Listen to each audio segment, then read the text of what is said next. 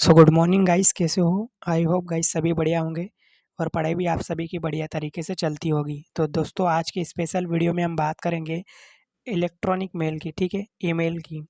तो दोस्तों, ये टॉपिक से भी हर एक एग्ज़ाम में क्वेश्चन बनते ही बनते हैं। आप अगर किसी भी एग्ज़ाम की तैयारी कर रहे हो जिसमें कि कंप्यूटर पूछा जाता है, तो ये टॉपिक से आपको हर एक एग्ज़ाम में क्वेश्चन देखने को मिलेंगे। तो आज ईमेल से संबंधित मैं 60 प्लस ऐसे इंपॉर्टेंट क्वेश्चंस लेके आया हूँ आपके सामने, जो कि बार-बार पूछे जाते हैं। और बता दूँ कि मैंने इससे पहले कंप्यूटर के ऑलरेडी 9 चैप्टर्स को टॉपिक वाइज़ कवर कर चुका हूँ, ठीक है? तो ये वीडियो भी आपके लिए काफ़ी इम्पोर्टेंट साबित होगा, ठीक है? तो इस वीडियो को आप एज़ अ रिवीजन या प्रैक्टिस सेट के रूप में ज़रूर से लगाइएगा। तो चलिए शुरू करते हैं क्वेश्चन नंबर फर्स्ट से। तो फर्स्ट क्वेश्चन है हमारा कि जीमेल में जब आप कोई मेल प्राप्त करते हैं और उसी मेल के जवाब में और केवल मूल प्रेषक को मेल भेजना चाहते हैं, तो आप किसका उपयोग करते हैं? तो पहले खुद से बताने का प्रयास कीजिएगा दोस्तों, क्या होगा इसका करेक्ट आंसर? तो आप किसका यूज़ करते हैं? रिप्लाई का। अगर किसी को दोबारा मेल भेजना है तो हम रिप्लाई करते हैं, ठीक है? तो ऑप्शन नंबर ए इसका सही आंसर होगा। नेक्स्ट क्वेश्चन है कि जीमेल में एक नया संदेश बनाने के लिए निम्नलिखित में से कौन-सा विकल्प दबाया जा सकता है? तो नया संदेश बनाने के लिए हम प्रेस करते हैं किसे? कंपोज़ का यूज़ करते हैं। नेक्स्ट है कि विश्व भर में उपयोग किए जाने वाला एक सामान्य डोमेन है, तो कौन-सा होगा बताइए? विश्व भर में यूज़ किए जाने वाला सामान्य डोमेन कौन-सा होगा? तो वह होगा दोस्तों डॉट कॉम। तो ऑप्शन नंबर क्या होगा? ए इसका करेक्ट आंसर होगा।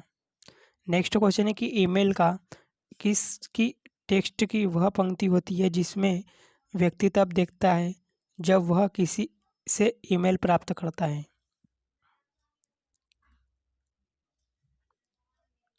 तो इसका सही आंसर क्या होगा? Subject line. सब्जेक्ट लाइन इसका करेक्ट आंसर है। आगे बढ़ते हैं क्वेश्चन नंबर 5 की तरफ कि निम्नलिखित में से कौन सा वैध ईमेल एड्रेस नहीं है? मतलब आपको गलत ईमेल बताना है इसमें से 4 ऑप्शन में से।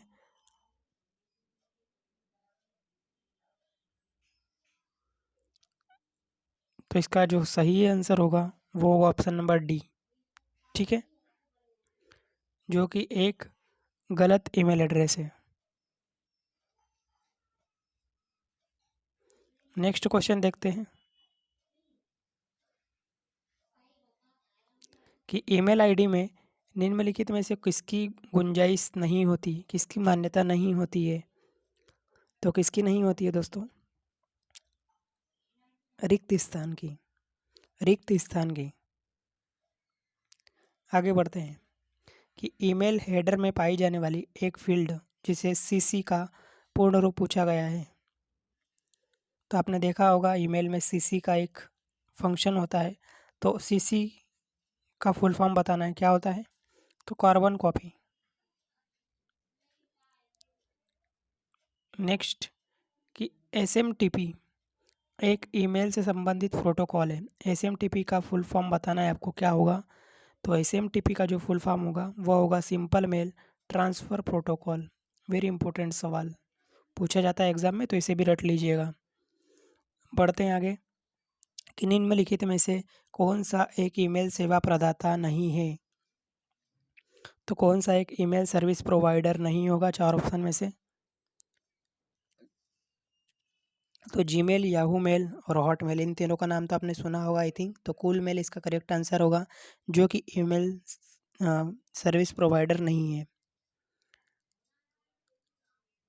नेक्स्ट है कि निम्नलिखित में से कौन सा कथन सत्य है?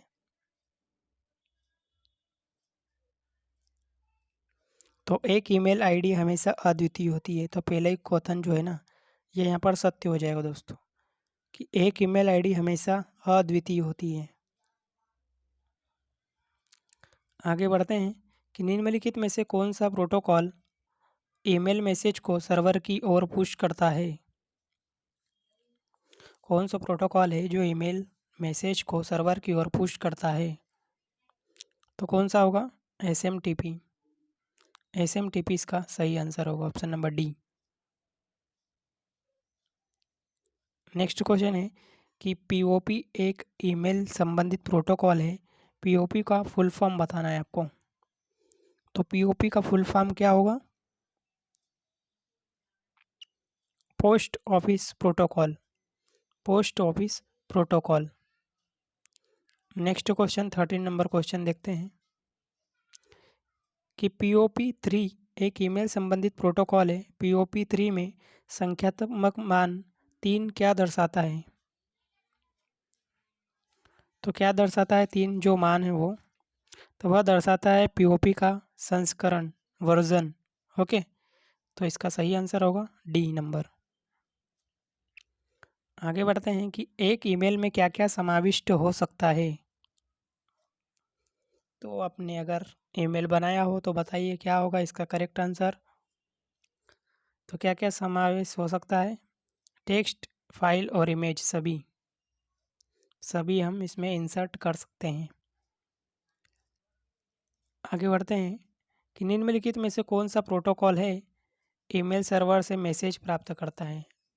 कौन सा प्रोटोकॉल ईमेल सर्वर से मैसेज प्राप्त करता है? तो ऑप्शन नंबर सी इसका करेक्ट आंसर होगा, POP, ऑप्शन नंबर सी।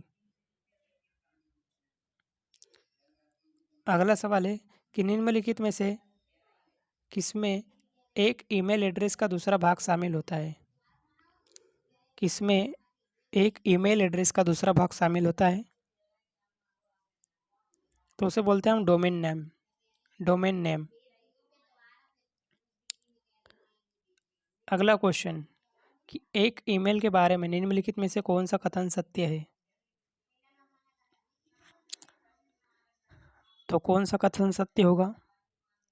तो याद रखना ईमेल में CC फील्ड खाली हो सकता है, ये यहाँ पर बिल्कुल सही कथन हो सकता है। खाली भी रख सकते हैं या फिल भी कर सकते हैं। तो इसका सही आंसर होगा ऑप्शन नंबर बी। नेक्स्ट है कि इलेक्ट्रॉनिक मेल इंटरनेट पर निम्नलिखित सेवाओं में से किस सेवा से संबंधित है? तो किससे संबंधित है इलेक्ट्रॉनिक मेल? तो संचार सेवाएं से, संचार सेवाएं से। ओके, आगे बढ़ते हैं कि 19 नंबर सवाल है हमारा कि ईमेल हेडर में पाई जाने वाली एक फील्ड BCC का फुल फॉर्म बताना है आपको, क्या होगा? तो BCC का फुल फॉर्म जो होता है ना वो होता है ब्लाइंड कार्बन कॉपी, और हमने CC का देखा था तो उसका होता है कार्बन कॉपी, दोनों को याद रखिएगा। नेक्स्ट क्वेश्चन है कि निम्नलिखित में से कौन सा संप्रेषक या कैरेक्टर ईमेल ID का एक भाग होता है या एक भाग होना चाहिए? तो आई थिंक सभी को पता होगा, @ इसका करेक्ट आंसर होगा, @ ओके। बढ़ते हैं आगे। दोस्तों अगर वीडियो पसंद आ रहा हो तो प्लीज़ लाइक करना, और चैनल को अभी तक सब्सक्राइब नहीं किया है तो प्लीज़ सब्सक्राइब जरूर करना। तो बढ़ते हैं नेक्स्ट क्वेश्चन की तरफ कि याहू मेल में सभी भेजे गए मेल को सेव करने के लिए निम्नलिखित में से किस फोल्डर का यूज़ किया जाता है? तो किस फोल्डर का यूज़ किया जाता है ये बताइए। सेंट का यूज़ किया जाता है, सेंट। नेक्स्ट क्वेश्चन है कि प्राप्त ईमेल को देखने और प्रतिबंधित करने के लिए आमतौर पर निम्नलिखित में से किस विकल्प का प्रयोग किया जाता है? तो कौन सा विकल्प यूज़ करते हैं बताइए देखने के लिए? इनबॉक्स का, इनबॉक्स का। नेक्स्ट क्वेश्चन है हमारा कि निम्नलिखित में से कौन सा ईमेल से संबंधित नहीं है? ईमेल से संबंधित कौन सा नहीं होगा? तो ये तो आई थिंक आप दे सकते हो आंसर, ऑब्जेक्ट नहीं होगा। बाकी आपको सब्जेक्ट, BCC और CC ये तीनों आपको ईमेल करते टाइम देखने को मिलेगा। ओके, नेक्स्ट क्वेश्चन है कि निम्नलिखित में से किस ईमेल एड्रेस फील्ड में ईमेल के कंटेंट का संक्षिप्त सारांश होता है लेकिन ईमेल कंपोज करते समय इसकी अनिवार्यता नहीं होती है? तो किसकी अनिवार्यता नहीं होती है कंपोज करते टाइम? तो सब्जेक्ट की आवश्यकता नहीं होती है, ठीक है, कंपोज करते समय। नेक्स्ट है कि डिलीट किए गए किसी भी ईमेल को स्टोर करने के लिए आमतौर पर निम्नलिखित में से किस फोल्डर का यूज़ किया जाता है? तो ईमेल को स्टोर करने के लिए हम यूज़ करते हैं ट्रेस का। किसका? ट्रेस का। नेक्स्ट क्वेश्चन कि ईमेल भेजने के लिए निम्नलिखित में से क्या अनिवार्य है? इम्पोर्टेंट सवाल, सारे इम्पोर्टेंट सवाल हैं। आप देख रहे होंगे किसी न किसी एग्ज़ाम में क्वेश्चन पूछा जा ही चुका है, तो ये हो सकता है आपके एग्ज़ाम में भी पूछ लें। तो इसका सही आंसर होगा प्रेषक की मेल आईडी। ठीक है, प्रेषक की मेल आईडी इम्पोर्टेंट है ईमेल भेजने के लिए। नेक्स्ट क्वेश्चन है कि निम्नलिखित में से कौन सा आइकन प्रायः ईमेल में अटैचमेंट को जोड़ने के लिए प्रयुक्त किया जाता है? तो किसका यूज़ किया जाता है? पेपर क्लिप आइकन का। पेपर क्लिप आइकन का यूज़ किया जाता है दोस्तों। आगे बढ़ते हैं।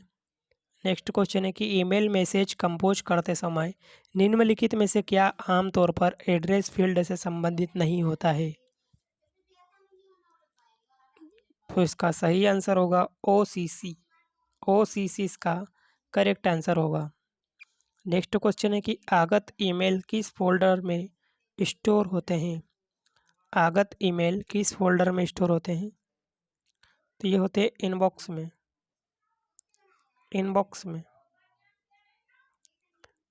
नेक्स्ट क्वेश्चन, जब आप एक से अधिक प्राप्तकर्ताओं को ईमेल भेजना चाहते हैं तो आप उनके ईमेल एड्रेसेस को किस लिए प्रयोग करके अलग करते हैं? किसका प्रयोग करके अलग करते हैं, ये आपसे पूछे हैं।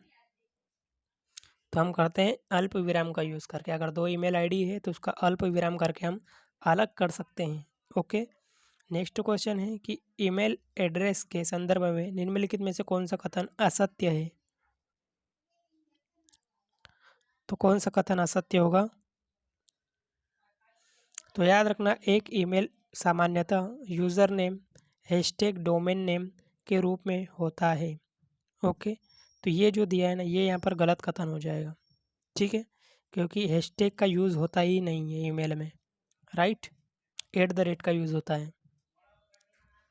अगला सवाल, निम्नलिखित में से कौन सा प्रोटोकॉल किसी वर्क स्टेशन को उपयोगी तरीके से सर्वर होस्ट पर मेल ड्राफ्ट को गतिशील रूप में एक्सेस करने देता है? तो कौन सा प्रोटोकॉल है वो? POP3। POP3 याद रखना।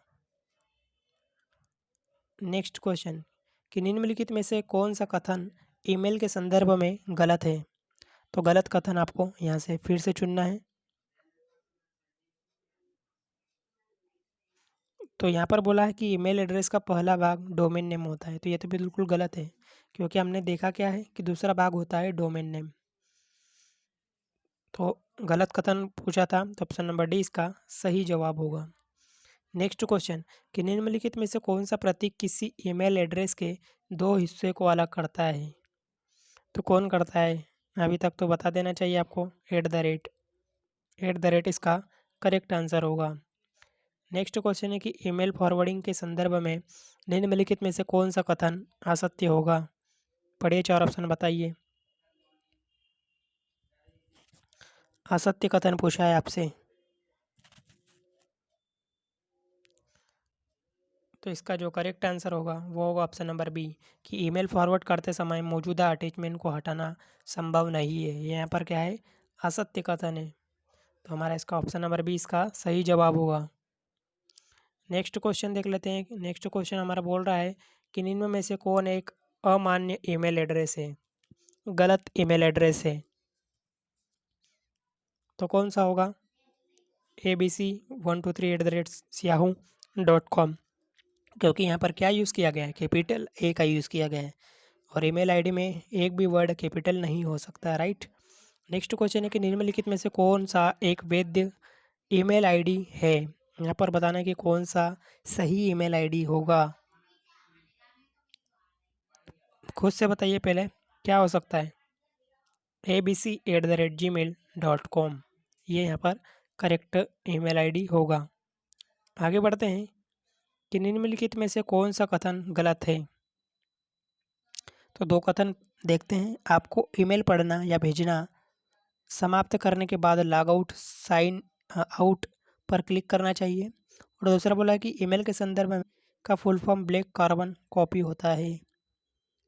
तो याद रखना यहाँ पर जो है ना केवल दूसरा राइट आंसर है कि बीसीसी का फुल फॉर्म तो ब्लैक कार्बन कॉपी होता है।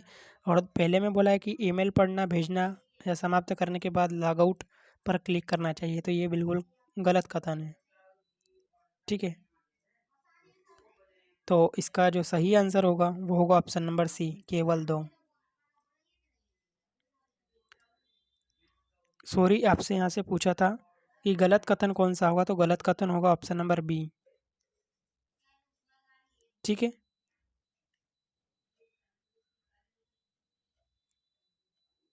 केवल एक गलत कथन होगा ना। हाँ, तो ये ऑप्शन नंबर 20 का करेक्ट आंसर होगा।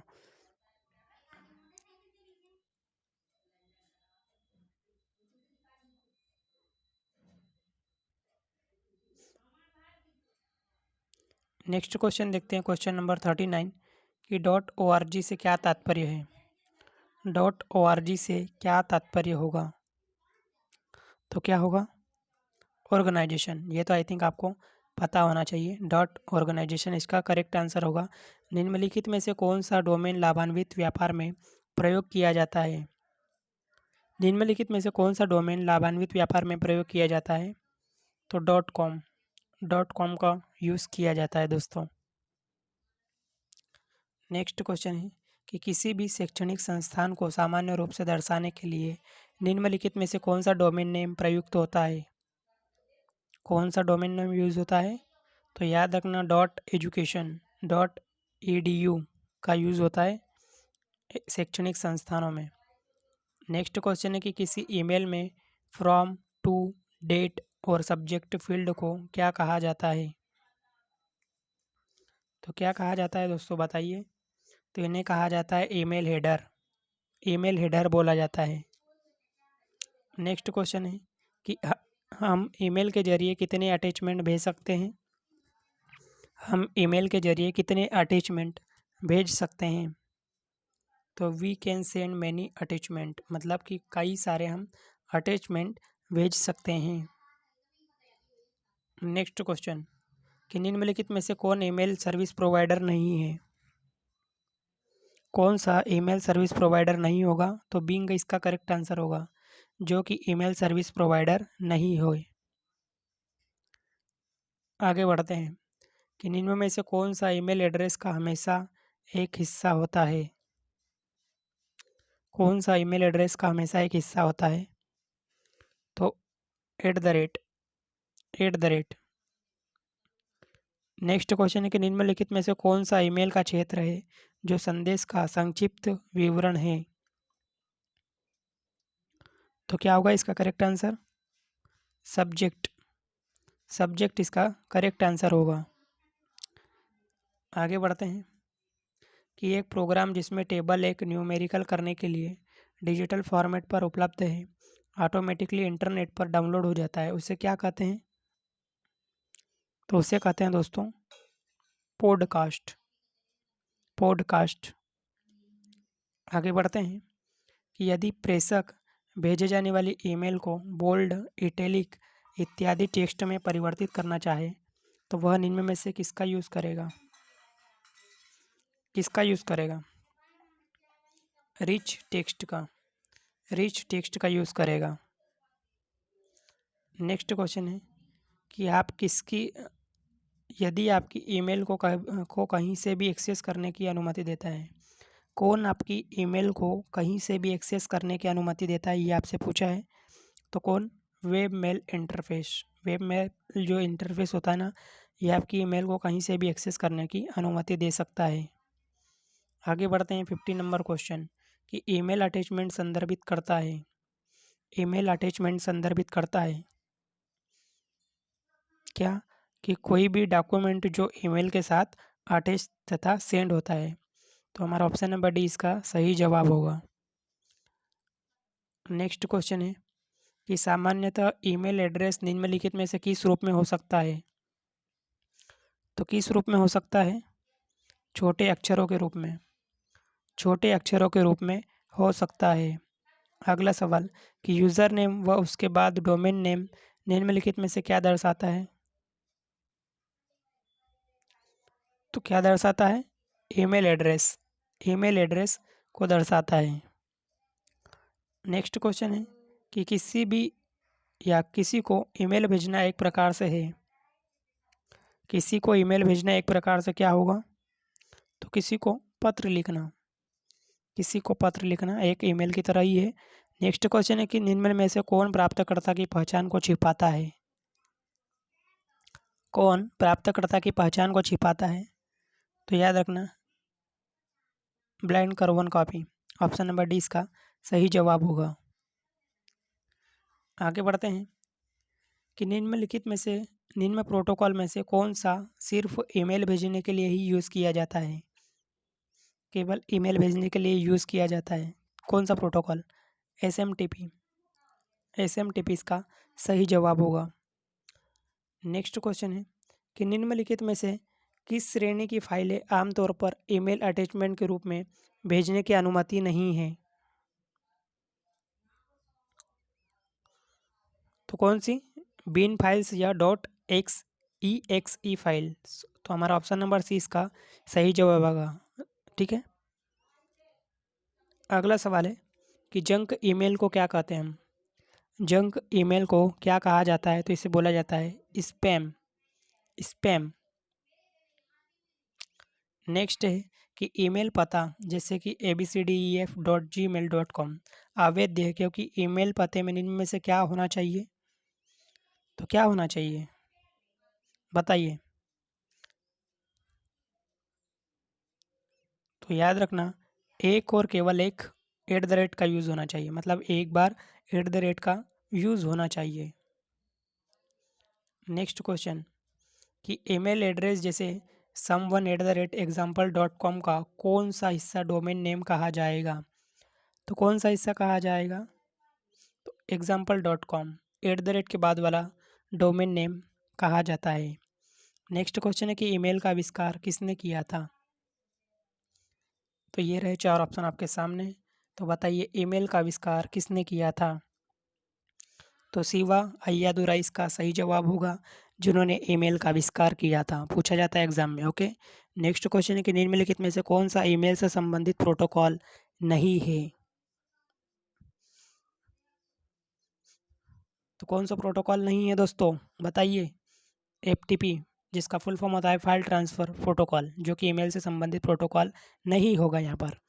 तो उम्मीद है सभी क्वेश्चन आपको अच्छे लगे होंगे और वीडियो पसंद आया हो तो प्लीज़ लाइक करना। चैनल को अभी तक सब्सक्राइब नहीं किया है तो प्लीज़ सब्सक्राइब ज़रूर कर लेना। साथ में इस बेल आइकन को ज़रूर प्रेस करना ताकि हमारे नई वीडियो की नोटिफिकेशन आपको टाइम पर मिले। तो उम्मीद यही आपसे यही आशा है कि आप चैनल को ज़रूर सब्सक्राइब करोगे। मिलते हैं नेक्स्ट टॉपिक के साथ नेक्स्ट वीडियो में। जब तक के लिए जय हिंद, ऑल द बेस्ट।